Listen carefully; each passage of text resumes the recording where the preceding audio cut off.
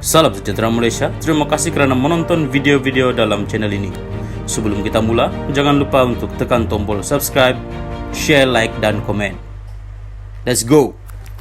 Salam sejahtera dan salam perpaduan kepada seluruh rakyat Malaysia. Berita seterusnya bertajuk Laporan dakwah Malaysia sedang usahakan perjanjian bawa balik Jolo. Berita penuh, Pegawai Kerajaan Malaysia sedang mengusahakan perjanjian dengan China yang akan menyaksikan ahli perniagaan yang menjadi buruan Low Tech Joe dihantar pulang ke Malaysia menurut bekas wartawan Wall Street Journal Bradley Hope. Dia mendakwa beberapa sumber berkata usaha itu sedang didebatkan secara hangat oleh Kerajaan Malaysia susulan lawatan Perdana Menteri Anwar Ibrahim ke China bulan lepas. Perjanjian sedemikian melibatkan penghapusan jelas mengenai penglibatan China dalam perjanjian yang distrukturkan oleh Jolo untuk menutup penipuan 1MDB, percubaan China untuk menguatkan kerjaya politik Najib Razak, termasuk dalam sokongan tunai, menyusun semula projek Belt and Road intensif di Malaysia untuk menjadi lebih ekonomi dan bermanfaat kepada keperluan infrastruktur Malaysia dan menyerahkan Jolo dan semua rampasan rompakannya. Ini akan menjadi sesuatu yang besar, menarik dan menedakkan berakhirnya cerita utama skandal 1MDB sejak penubuhannya pada 2009 hingga kejatuhannya akibat skandal pada 2015 dan segala pesta dan perbelanjaan yang tidak masuk akal sehingga 2023. Ini juga mungkin bermakna pemulihan tunai yang besar bagi Malaysia. Kerana Law, menurut anggaran kami dan sumber yang telah mengikuti kes itu dengan rapat, masih mengawal simpanan tunai bernilai berbilion dolar tulisnya. Dakwaan itu diterbitkan dalam edisi Buletin Whale Hunting hari ini yang dikendalikannya bersama rakan wartawan Tom Reid.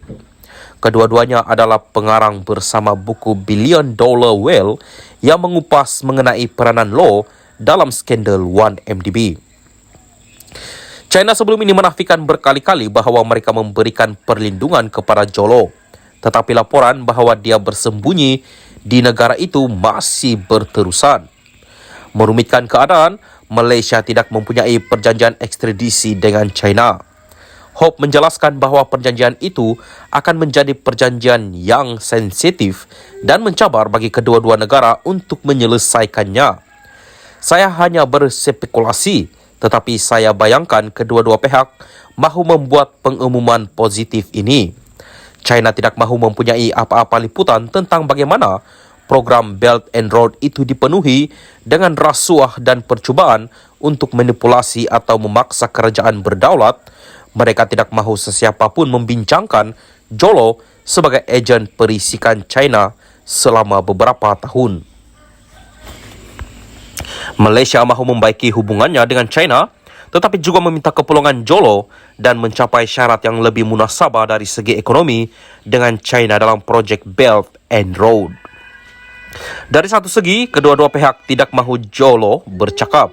Bagaimana mereka boleh menghalang perkara itu daripada berlaku, katanya. Hope mendakwa Law merupakan ejen perisikan China dan mengenali bekas Perdana Menteri Najib Razak dan keluarganya yang boleh dijadikan sebagai bahan ugutan. Dia mendakwa China manfaatkan perkara ini untuk meluaskan pengaruh dan keuntungannya di Malaysia dengan menggunakan Law untuk melobi projek infrastruktur, namun Law menjadi liability kepada China selepas Najib kehilangan kuasa berikutan kekalahan pada pilihan raya umum 2018. Law mendakwa dia tidak bersalah dalam skandal 1MDB. Salam sejahtera dan salam perpaduan. Berita seterusnya dipetik daripada Malaysia kini bertajuk Penghakiman berbeza tak mencemar keputusan majoriti, kata peguam. Berita penuh, seorang peguam kanan hari ini berkata sesebuah penghakiman berdasarkan majoriti tidak boleh dianggap sebagai lebih rendah berbanding keputusan sebulat suara dibuat oleh panel 3 atau 5 orang hakim. Kata Hanif Katri Abdullah, orang ramai tidak boleh berharap setiap seorang hakim mempunyai pandangan sama bagi sesuatu kes. Kita tidak seharusnya melihat penghakiman yang berbeza sebagai mencemarkan keputusan majoriti. Hanya kerana terdapat penghakiman yang berbeza pendapat, ia tidak menjadikan keputusan 4-1 sebagai keputusan yang lebih rendah daripada keputusan sebulat suara, katanya. Hanif Katri berkata demikian sebagai ahli panel Forum Awam Anjuran Majlis Peguam Malaysia di Kuala Lumpur hari ini. Dia merujuk kepada keputusan 4-1 oleh 5 orang hakim Mahkamah Persekutuan yang mendengar permohonan Najib Razak untuk menyemak semula hukuman penjara 12 tahun yang dikenakan ke atasnya. Bekas Perdana Menteri itu sedang menjalani hukuman tersebut selepas disabitkan bersalah atas 7 pertuduhan jenayah membabitkan dana RM42 juta milik SRC International sendirian Berhad. Ketika kesalahan tersebut dilakukan, SRC merupakan anak syarikat 1MDB. Susulan keputusan berkenaan, penyokong Najib serta UMNO telah menyifatkan penghakiman berbeza itu sebagai memberikan harapan baru untuk bekas presiden mereka dibebaskan dari penjara Kajang. Forum Awam bertajuk SPRM, bekas PM dan kebebasan Badan Kehakiman, turut menampilkan Presiden Badan Peguam Malaysia, Karen Chia, pakar perlembagaan Profesor Shad Salim Faruqi dan Peguam Hak Asasi Manusia, Andrew Ko. Penyokong Najib berkata penghakiman berbeza itu datang daripada Hakim Besar Sabah dan Sarawak, Abdul Rahman Sebli yang mempengurusikan panel berkenaan. Hanif bagaimanapun menegaskan kekenaan seseorang hakim dalam sesebuah panel tidak mempunyai peranan dalam mempengaruhi keputusan kerana setiap ahli bebas untuk menulis penghakiman sendiri. Kekanaan seseorang hakim terhenti di muka kamar perbicaraan. Apabila anda duduk untuk mendengar sesuatu kes, anda semua adalah sama. Anda bebas untuk menulis penghakiman anda sendiri. Jadi tidak ada yang pelik mengenai hal itu, katanya. Hanif Katri seterusnya menjelaskan di sebalik pandangan berbeza itu, Abdul Rahman tidak mempunyai pendapat berlawanan terhadap pandangan majoriti hakim bahawa mereka tidak bersetuju dengan hujah pembelaan bahawa Hakim Muhammad Nazlan Muhammad Ghazali mempunyai konflik kepentingan semasa mendengar perbicaraan Najib.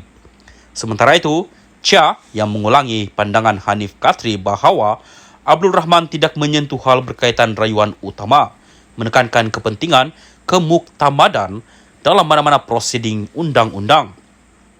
Untuk membenarkan semakan lain berdasarkan keputusan Abdul Rahman boleh menjadi duluan yang berbahaya kerana kita inginkan sesuatu yang muktamad, melainkan ada perkara yang tidak disemak semasa semakan pertama, katanya sambil mengakui tiada peruntukan yang melarang semakan kedua difailkan.